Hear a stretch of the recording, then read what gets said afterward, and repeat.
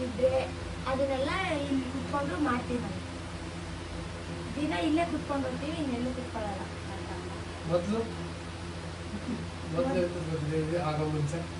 ಇದಾಗೋ ಮುಂಚೆ ಒಂದು ಚಾಪೆ ಹಾಕ್ಕೊಂಡು ಒಂದ್ ಕಡೆ ಕುತ್ಕೊಂಡು ಓದ್ಕೊತಾ ಇದ್ವಿ ದಿನ.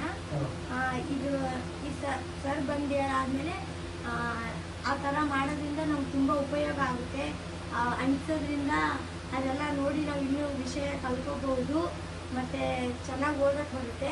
ಈ ಥರ ಮಾಡೋದ್ರಿಂದ, ಈ ಥರ ಮಾಡಿದ್ರಿಂದ ನಂಗೆ ತುಂಬಾ ಉಪಯೋಗ ಆಗಿದೆ. ಕುತ್ಕೊಳ್ಳೋಕ್ಕೆ, ಚೆನ್ನಾಗಿ ಓದೋಕ್ಕೆ ಇಂಟ್ರೆಸ್ಟ್ ಬರುತ್ತೆ. So earlier she was to ಏನು ಸಪೋರ್ಟ್ ಯಾರು ಮಾಡ್ಕೊಟ್ರು ಅದನ್ನ? ನಮ್ಮಮ್ಮ ನಮ್ಮ ಅಕ್ಕ ಹೆಲ್ಪ್ ಮಾಡಿದ್ರು ಮಾಡಕ್ಕೆ. So their parents, she asked parents and her sister to set up this space for her, and they supported. She is her mother. And suppose the parents, that's